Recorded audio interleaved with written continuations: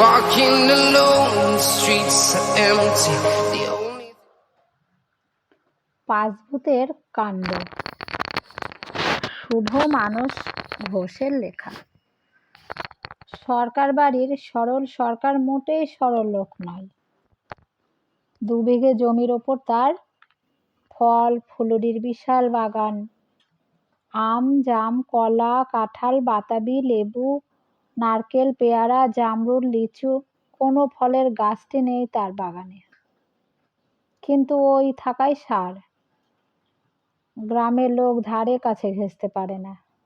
সরল সকাল বিকেল হাতে লাঠি নিয়ে বসে বসে গাছ পাহারা দেয়, অথচ তিনকুলে কেউ নেই। বউ ছিল, সেও বছর 5 হলো মারা গেছে। গ্রামের লোক বলে বদমাস বুড়োর হাত থেকে মরে বেঁচেছে। রাতে সুবিধে দেখে একবার গ্রামের পদা তার বাগানে হানা দিয়েছিল। পদা জন্মজোর, কাজ থাকলে তার হাড়ি চড়ে, নইলে পেটে হাত দিয়ে পড়ে থাকে। তখন গরমের সময় গাছে আম পেকেছে, জিভে জল আনা ভালো জাতের হিমসাগর। 2-3 উপোস দিয়ে মরিয়া হয়ে পদা সরলের বাগানের পাঁচিল টপকে দিল ঝাঁপ নিচে। ব্যাস, টপাস করে ঘুম ভেঙে গেল সরলের। কেরা বলে লাঠি বাগিয়ে তেড়ে এলো। একে পর্দা চেহারাটা রোগা পটকা, তার ওপর 2 দিন পেটে দানা পানি নেই। ছুটে পালাতে গিয়ে অন্ধকারে বেচারা পড়বি তো পড়, একেবারে সরলের বুকের ওপর। রাত বিরেতে ঘুম চোখে এরকম বেমক্কা কোলাকুলি করতে কার ভালো লাগে বলো? সরল সরকারের তো একেবারেই নয়। শোনা যায় সরল তাকে আয়সা মেরেছিল যে বেচারাকে হাসপাতালে পাঠাতে হয়। সেখানে গিয়ে স্যালাইন দিয়ে উপবাস ভাঙতে হয় তাকে। হাসপাতাল থেকে ফেরার পর জীবনে সোজা হয়ে হাঁটতে পারেনি সে। বললাম সরল সরকার মোটেই সোজা লোক নয়। একবার শীতের মুখে গায়ে যাত্রাপালার আসর বসেছে। জলে শাশুড়ি ডাঙায় ননদ, কলকাতার নামকরা ফিল্ম স্টার বাতাসিনী দেবী নায়িকা। গায়ের লোকজন ভেঙে পড়েছে। তাদের মধ্যে ঘাপটি মেরে বসেছিল গ্রামের নামকরা ছিচকে চোর হালুয়া। তার চোখে তো ফাঁকি দেওয়া সোজা কথা নয়। সে ঠিক দেখে নিল ভিড়ের মধ্যে মুখে চাদর চেপে এক কোণে চুপটি করে বসে আছে সরল। কলকাতার বাতাসিনী দেবীকে সামনে থেকে দেখার লোভ সামলাতে পারেনি সেও। হালুয়া দেখলো এই সুযোগ। রইল পড়ে বাতাসিনী দেবী, রইল পড়ে জলে শাশুড়ি রাঙায় ননদ।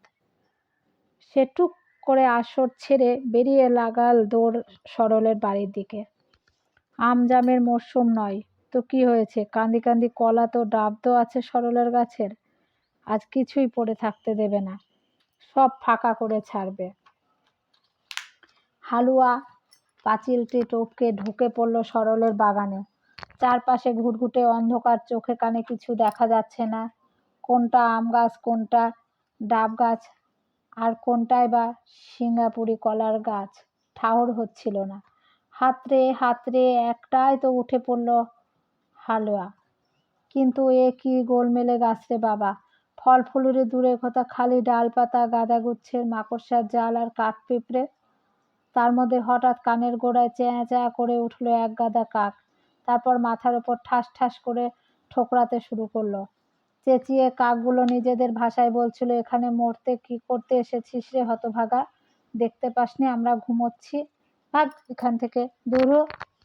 হালুয়া মরে গেলুম বলে চেঁচাতে চেঁচাতে গাছ থেকে নামতেই কে যেন সপটে জাপটে ধরল তাকে। ততক্ষণে প্রাণ গলায় গিয়ে ঠেকছে হালুয়ার। কোনো রকমে বলল, কে সরল জেঠু? মোক্ষম ধরেছ বাবা, একেবারে 5-এ 5 বলে সরল হালুয়ার কানে মোচড় দিতে শুরু করলো।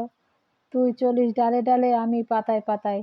তুই যেমনি আমায় দেখেছিলি আমিও তেমনি তোকে দেখে নিয়েছিলাম যাত্রাপালার আসরে। কান ছেড়ে সরল এবার দিল বসিয়ে এক রামগাট্টা হালুয়ার মাথায়। হালুয়া মাই রে মাই বলে যন্ত্রণায় লাফিয়ে উঠে হাউমাউ করে উঠল। প্লিজ জেঠু, মাথায় নয় মাথায় নয়। কাকগুলো মাথায় কিছু আস্ত রাখেনি। মাথা তো কান ছাড়ো। সরল সরকার হালুয়ার কিছুই আস্ত রাখলো না সে যাত্রায়। উত্তম মধ্যম এমনি দিল যে জন্মের মতো হালুয়ার চুরিবিদ্যা ঘুচে গেল। শোনা যায় এখন সে কাশীর দশমেধ ঘাটে বসে ভিক্ষে করে খায় আর দুবেলা হরিনাম করে।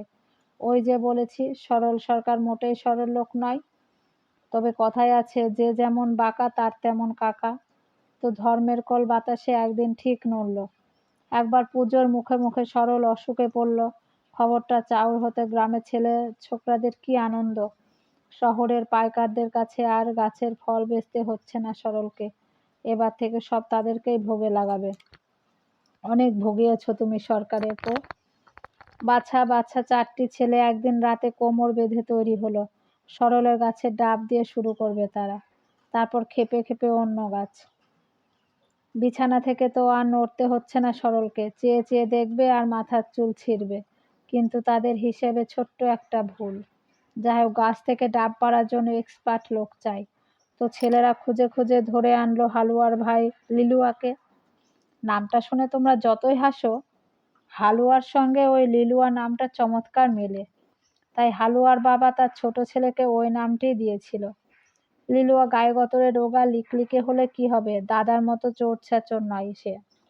শুধু একটাই মুশকিল, তাকে নিয়ে তোতলা শুয়ে পড়েছিল সে। ছেলেদের গলা পেরে বেরিয়ে এলো বাইরে, খালি গা, পরনে লুঙ্গি। সব শুনে সে এক পায়ে খাড়া। দাদার জন্য বেচারার অনেক দিন ধরে রাগ সরলের ওপর। দেখ লিলুয়া, পারবি তো? ছেলেরা জিজ্ঞেস করলো। পারবো মানে? খুব খুব পারবো, পুরো ফর্সা করে দেবে। গা গা গাছ। আমরা দাদা। হয়েছে হয়েছে, ছেলেরা তাকে থামিয়ে দিল। চল আমাদের সঙ্গে। গ্রামের ছোকরা লেলুয়াকে নিয়ে হলো মোট 5 জন। রাত গভীর হতে পঞ্চভূতে একে একে চুপিসারে পাঁচিল টপকে ঝুপ করে নেমে পড়ল সরকারের বাগানে। আকাশে চাঁদ ছিল, হালকা জ্যোৎস্নায়, না আলো না অন্ধকার। গোছের গাছ, ছমছম পরিবেশ, সব মিলিয়ে খান ছয়েক নারকেল গাছ সরলের। তার মধ্যে একটার তলায় গোল হয়ে দাঁড়ালো ছেলেরা। জয় কালী বলে লিলুয়া পরনের লুঙ্গি খুলে ফেলে ছেলেদের হাতে ধরিয়ে দিয়ে সর করে উঠে গেল ওপরে। হাতে তার শুধু একটা কাটারি। দেখতে দেখতে সে একেবারে মগ ডালে। নিচে 4টে খুর, চারিদিক থেকে টান করে লুঙ্গিটা পেতে দাঁড়ালো 2টি ছেলে। অন্য একটি ছেলে টর্চের আলোয় ফেললো তার মাঝখানে। ওপর থেকে ওই আলো দেখে গাছ থেকে ডাব কেটে এক এক করে নিচে ফেলবে লিলুয়া। নিঃশব্দে গাছ ফাঁকা হয়ে যাবে, কেউ জানতেও পারবে না। একটি ছেলে রইল দূরে পাহারায়। শুরু হয়ে গেল অপারেশন। লিলুয়া একটা একটা করে ডাব ফেলছে লুঙ্গির ওপর, টর্চের ছেলেটি সেগুলো নামিয়ে রাখছে নিচে। এইরকম 4টে থেকে 5টা ডাব পাড়া হয়েছে সবে। হঠাৎ হিসেবের ভুলচুকের জন্য লিলুয়ার ফেলা একটা ডাব লুঙ্গিতে না পড়ে সশব্দে পড়ল গিয়ে নিচে। ব্যাস, ঘটে গেল অঘটন। ঘরের ভেতরে সরল সরকারের ঘুম ভেঙে গেল। ঘুম চোখে তার মনে হলো গাছ থেকে ডাব পড়েছে। ভাবা কি রইল পরে অসুখ। যাই নিয়ে আসি ডাবটা, এই ভেবে বিছানা থেকে নেমে দরজা খুলে সে বেরিয়ে এলো বাইরে। তাকে বেরোতে দেখে চোখের পলকে লুঙ্গি টুঙ্গি ফেলে পাঁচিল টপকে ছেলে 4টি ভ্যানিশ। সরল গাছের তলায় ডাব খুঁজতে লাগলো। ওদিকে তখন ওপরের কাজ বন্ধ হয়ে গেছে লিলুয়ার। নিচের আলো নেই, লুঙ্গি নেই। ব্যাপারটা কি হলো বুঝতে না পারে সে নামতে শুরু করেছে গাছ থেকে।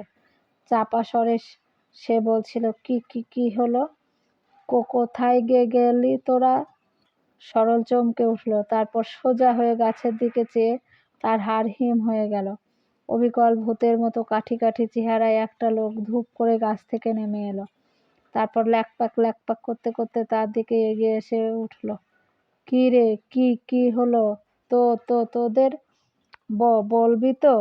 হা হা হা করে কি দে দেখছিস?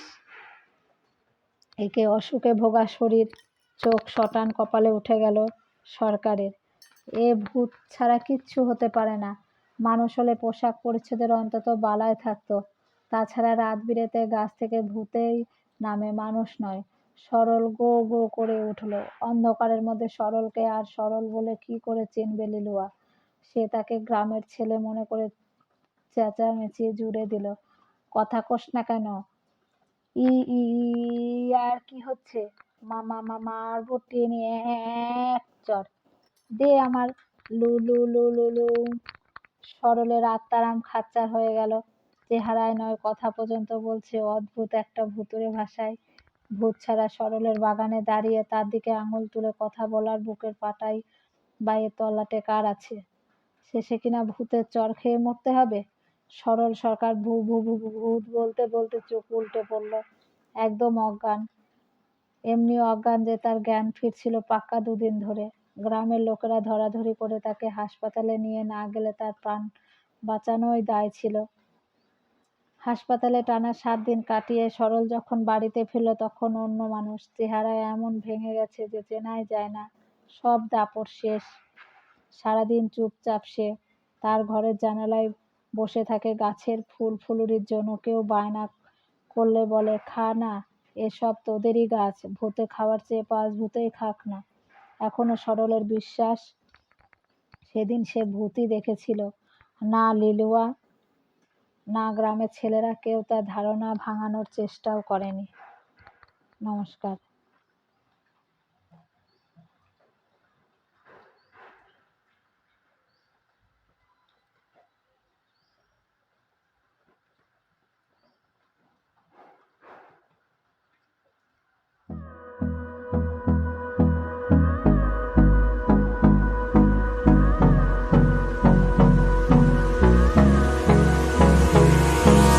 Hold me close till I get up. Time is barely on our side.